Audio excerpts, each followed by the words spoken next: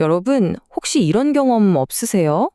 분명 어제 일찍 자고 8시간 꽉 채워서 잤다고 생각했는데 아침에 일어나면 몸은 천근만근이고 머리는 멍한 거요. 이게 바로 브레인 포그라는 건데요. 만약 그렇다면 여러분의 잠은요, 시간만 채웠지 질은 완전히 엉망이라는 신호일 수 있어요. 그래서 오늘 이야기의 핵심은 바로 이겁니다. 여러분이 밤마다 꾸는 그 꿈 있잖아요. 그게 어쩌면 그냥 꿈이 아니라 여러분의 수면의 질이 완전히 무너졌다는 아주 중요한 경고 신호일 수 있다는 거죠. 자, 그럼 본격적으로 한번 들어가 볼까요? 우리는 보통 몇 시간 잤느냐 이 시간에만 집착하잖아요. 근데 사실 진짜 중요한 건 따로 있거든요. 바로 수면의 구조와 깊이입니다. 밤새도록 꿈만 계속 꾸는 거, 이걸 다몽증이라고 하는데요.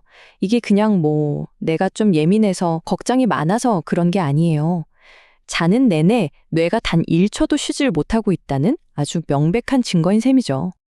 자, 이 그림을 보시면 딱 이해가 되실 거예요. 우리가 꿈을 꾸는 단계, 그러니까 렘수면은요, 사실 굉장히 얕은 잠이에요. 뇌가 거의 깨어있는 거랑 비슷하거든요. 진짜 제대로 된 휴식은 뇌 활동이 거의 멈추는 저기 가장 깊은 단계, 서파순환에서만 일어납니다. 그런데 다몽증이 뭐냐? 바로 이 깊은 잠으로 쑥 들어가지 못하고 밤새도록 얇은 렘수면 단계에서만 계속 헤매고 있는 상태. 이걸 수면 구조의 실패라고 부르는 겁니다. 아니, 그럼 대체 꿈이라는 게 과학적으로는 뭘까요?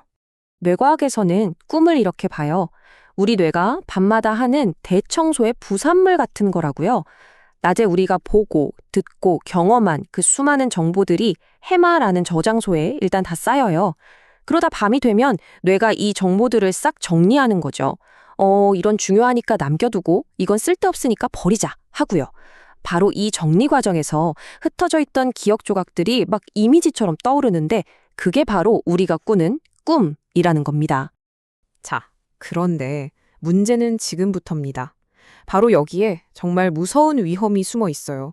이렇게 꿈만 꾸는 얕은 잠만 계속 자면 뇌가 활동하면서 생긴 뇌 찌꺼기, 일종의 단백질 쓰레기들이 계속 쌓이기만 하는 거예요.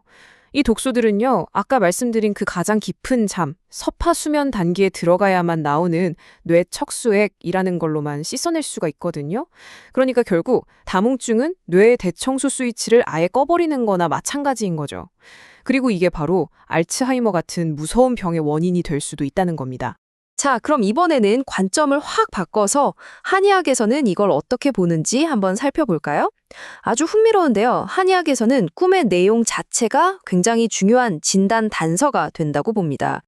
이 표를 보시면 정말 신기하실 거예요. 내가 어떤 꿈을 꾸는지에 따라서 내 몸, 오장육부, 어디가 안 좋은지 알 수 있다는 건데요. 예를 들어서 자꾸 무서운 꿈을 꾼다? 이건 심담허겁이라고 해서 심장과 담이 약해졌다는 신호일 수 있고요. 아니면 맨날 누군가에게 쫓기는 꿈을 꾼다? 이건 몸에 노폐물이 쌓여서 생기는 담음 때문일 수 있다는 겁니다. 좀 더 구체적인 예를 하나 들어볼게요. 혹시 자다가 다리를 막 움찔거리거나 이를 꽉 까는 분들 계시죠? 이게 바로 스트레스가 너무 심해서 간의 열이 폭발하는 간양 상황이라는 상태의 신호일 수 있습니다. 보통 억울하거나 분한 감정이 쌓였을 때 나타나죠. 자, 그럼 이런 문제들을 대체 어떻게 해결해야 할까요? 그냥 약으로 뇌를 강제로 재워버려야 할까요? 아니면 몸 스스로가 스르르 잠들 수 있게 만들어야 할까요? 바로 여기서 접근법이 완전히 갈립니다. 보통 우리가 생각하는 수면제는 뇌의 스위치를 강제로 내려버리는 탑다운 방식이에요. 근데 문제는 이렇게 하면 아까 말한 그 중요한 뇌 청소 시간, 깊은 잠 단계까지 방해할 수 있다는 거죠. 반면에 한의학은 정반대, 바텀업 방식을 씁니다. 뇌를 직접 건드리는 게 아니라 몸의 근본적인 문제를 해결해 주는 거예요. 과열된 엔진은 식혀주고 부족한 연료는 채워줘서 뇌가 이제 쉬어도 되겠다 하고 스스로 스위치를 끌 수 있는 환경을 만들어주는 거죠. 특히 침 치료가 바로 그런 원리인데요. 신경과학적으로도 이게 설명이 됩니다. 여기 그림처럼 머리나 얼굴에 있는 특정 혈자리에 침을 놓으면요. 그 즉시 뇌로 가는 혈액순환이 확 좋아져요. 그러면서 막 복잡하게 날뛰던 뇌파가 깊은 잠에 필요한 세타파나 델타파로 차분하게 안정되는 거죠. 한약도 마찬가지예요. 그냥 잠 오게 만드는 약이 절대 아닙니다. 문제의 뿌리를 찾아서 해결하는 거죠. 예를 들어 산조인이나 용환육 같은 건 뇌에 영향을 줘서 꼬리에 꼬리를 무는 생각을 딱 멈추게 해주고요. 용골, 모려 같은 약재는 큰 충격을 받아서 붕 뜬 마음을 묵직하게 눌러주는 마치 배에 닷 같은 역할을 해요.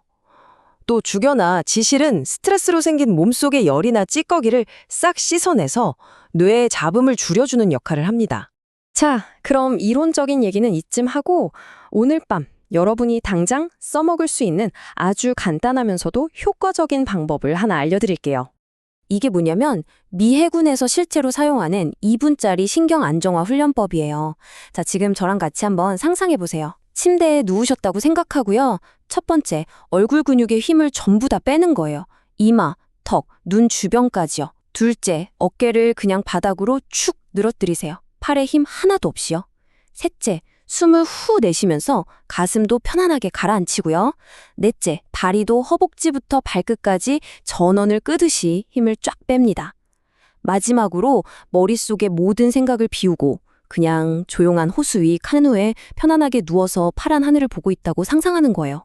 우리가 이렇게까지 깊은 잠을 자려고 애쓰는 근본적인 이유, 그게 바로 이 시냅스 초기화 때문입니다. 낮 동안 우리가 배우고 경험하면서 머릿속 신경망이 엄청나게 복잡해지거든요. 이걸 밤사이에 싹 가지치기해서 효율적으로 정리해야 해요. 이 작업이 성공적으로 끝나야만 우리가 다음 날 아침 아, 잘 잤다 하는 그 개운함을 느끼고 맑은 정신으로 생각할 수 있게 되는 겁니다. 개운함의 비밀이 바로 여기에 있었던 거죠. 그래서 마지막으로 여러분께 이 질문을 꼭 드리고 싶습니다. 여러분의 어젯밤은 뇌를 위한 대청소 시간이었나요? 아니면 그냥 독소만 차곡차곡 쌓아두는 시간이었나요? 기억하세요. 매일 밤 시달리는 그 꿈은 여러분의 뇌 건강이 무너지고 있다는 아주 중요한 위험 신호입니다. 몸의 근본적인 불균형을 바로잡아서 뇌의 정화 시스템을 다시 켜는 것. 이게 바로 여러분의 건강한 내일을 위한 최고의 투자가 될 겁니다.